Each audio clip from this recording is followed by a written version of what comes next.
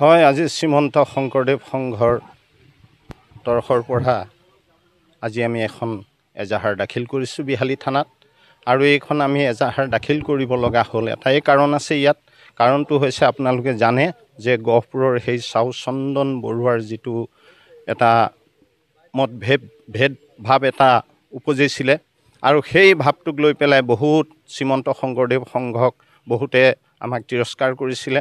আৰু সেইটো শ্ৰীমন্ত শংকৰদেৱ সংঘৰ মূল সংঘ আহি আৰু তেওঁলোকৰ সভাপতি সম্পাদক মিলি এই যিটো ঘটনা ঘটিছিলে ইয়াক মহিমূৰ কৰি প্ৰায় এটা দিনৰ পিছত এইখিনি সমাধা হোৱাৰ পিছত এই নাটকখন যৌৱনিকা পৰিছিলে। আৰু এই নাটকখন যৌৱনিকা পৰাৰ পিছত আকৌ এটা দলে সেইদিনা হওক নাজিৰাত একেবাৰে সোণাৰীত টাউনৰ মাজত কেইজনমান ব্যক্তিয়ে প্ৰায় 9জন ব্যক্তি তেওঁলোকে আকৌ আমাৰ শ্ৰীমন্ত শংকৰদেৱ সংঘৰ এই প্ৰতিচিহ্নটো আৰু জয়গুৰু শংকৰক তেওঁলোকে অগ্নিদাহ কৰিলে। গতিকে আমি সেই বিষয়বস্তুটোক লৈহে আজি শ্ৰীমন্ত শংকৰদেৱ সংঘৰ আমি বিহালী আঞ্চলিক শাখাই সকলোৱে আহি আমি এখন এজাহাৰ দাখিল কৰিছোঁ। কাৰণ আমাৰ হিয়াৰ আমঠু আপোনালোকে জানে শ্ৰীমন্ত শংকৰদেৱ গুৰুজনাই 7 বছৰ 6 মাহ কাল এই বিহালীতেই আছিলে, অতিবাহিত কৰিছিলে। গতিকে আমাৰ এখন হিয়া আছে, আমাৰ হিয়াই কান্দিছে, সেইজন গুৰুৰে প্ৰতি চিহ্নটো তেওঁলোকে দাহ কৰিলে। গতিকে আমাৰ বৰ দুখৰ বিষয়।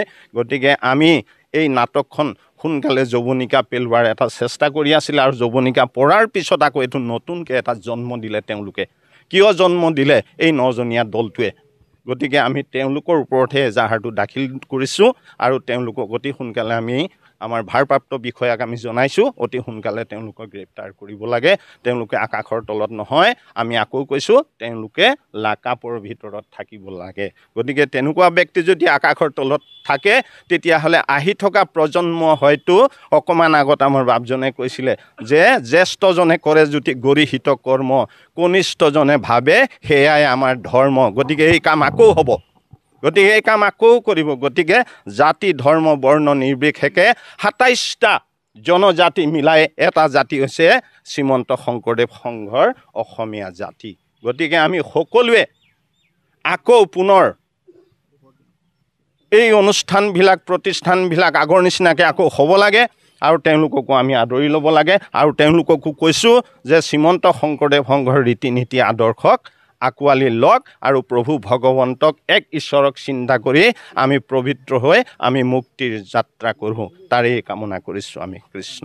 যিকোনো খবৰৰ বাবে যোগাযোগ কৰক 7099017330 লগতে 7099017110 নম্বৰত।